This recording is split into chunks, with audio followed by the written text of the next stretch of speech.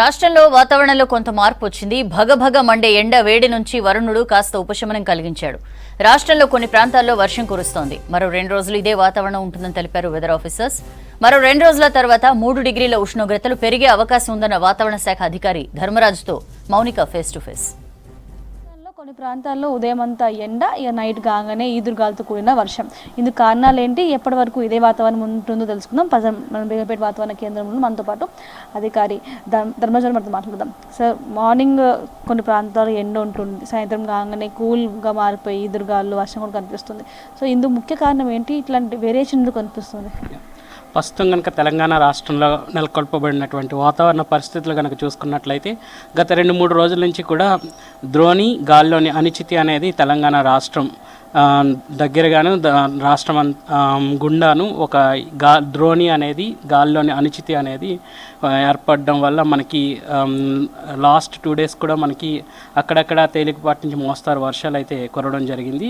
ఈ యొక్క ద్రోణి కానీ గాల్లోని అనిశ్చితి అనేది క్రమేపీ మనకి పశ్చిమ భారతదేశం వైపు మూవ్ అవ్వడం వల్ల, గ్రాడ్యువల్గా మూవ్ అవ్వడం వల్ల ఈరోజు కూడా చూసుకున్నట్లయితే అక్కడక్కడ మేము లైట్ రెయిన్ వార్నింగ్స్ అయితే ఇవ్వడం జరిగింది.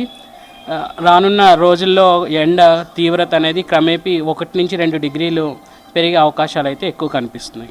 ముఖ్యంగా ప్రస్తుతము ఉదయం పూట ఎంత నమోదవుతున్న టెంపరేచర్స్, నైట్ పూట ఎంత నమోదవుతున్న టెంపరేచర్స్ కనుక చూసుకున్నట్లయితే నిన్న 6 జిల్లాలు ఆదిలాబాద్, భద్రాచలం, నల్గొండ, రామగుండం, ఖమ్మం, ఈ యొక్క కొన్ని జిల్లాల్లో ఆల్మోస్ట్ 41 నుంచి 42 డిగ్రీలు అనేవి నమోదవడం జరిగింది.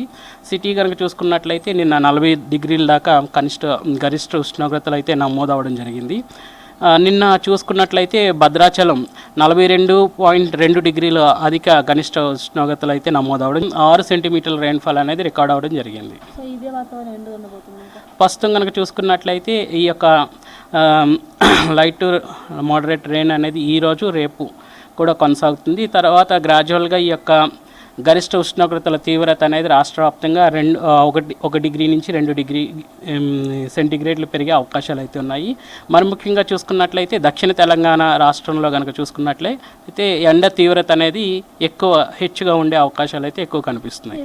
ప్రస్తుతం కనుక చూసుకున్నట్లయితే ఈ యొక్క ద్రోణి కానీ గాల్లోని అనిశ్చిత ప్రభావం అనేది ప్రస్తుతం చూసుకున్నట్లయితే ఈ యొక్క ప్రభావం అనేది ఏ జిల్లాల మీద ఉంటే ఆ జిల్లాల్లో మనకి తడిబారినటువంటి వాతావరణం, ఏ జిల్లాల మీద దీని యొక్క ప్రభావం లేదో ఆ జిల్లాల మీద మనకి పొడి వాతావరణం అనేది నెలకొల్పబడుతుంది. ప్రస్తుతం చూసుకున్నట్లయితే మనకి తెలంగాణ రాష్ట్రంలో నాదర్న్ జిల్లాలుగా ఉన్నటువంటి పర్టికులర్గా ఆదిలాబాద్ మరియు కొమరంభీం, మంచిర్యాల్, నిర్మల్, నిజామాబాద్, జగిత్యాల్, రాజన్న సిరిసిల్ల, కరీంనగర్, పెద్దపల్లి ఈ జిల్లాలకు మాత్రం మనం లైట్ టు మోడరేట్ రెయిన్ఫాల్ అనేది వార్నింగ్స్ అయితే ఇవ్వడం జరిగింది.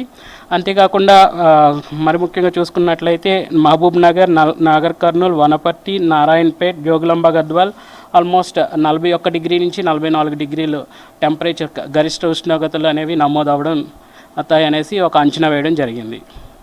మొత్తానికి ఇది రాష్ట్రంలో కొన్ని ప్రాంతాల్లో అయితే ఎండ, మరికొన్ని ప్రాంతాల్లో అయితే చల్లని వాతావరణం కనిపిస్తుంది. దీనికి ముఖ్య కారణం ద్రోణి ప్రభావం అని కూడా ఇటు వాతావరణ శాఖ అధికారులు చెప్తున్నారు. ఇంకా మరో 3-4 రోజులు ఇదే వాతావరణం ఉంటుందని, ఆ తర్వాత క్రమంగా 1 నుంచి 2 డిగ్రీల ఉష్ణోగ్రతలు కూడా పెరిగే అవకాశం కనిపిస్తుందని చెప్తున్నారు. ముఖ్యంగా నిన్న 40 డిగ్రీలకు పైనే ఇటు భద్రాచలంలో నమోదైనట్టు కూడా చెప్తున్న పరిస్థితి. కెమెరా జగన్తో మౌనిక, హైదరాబాద్.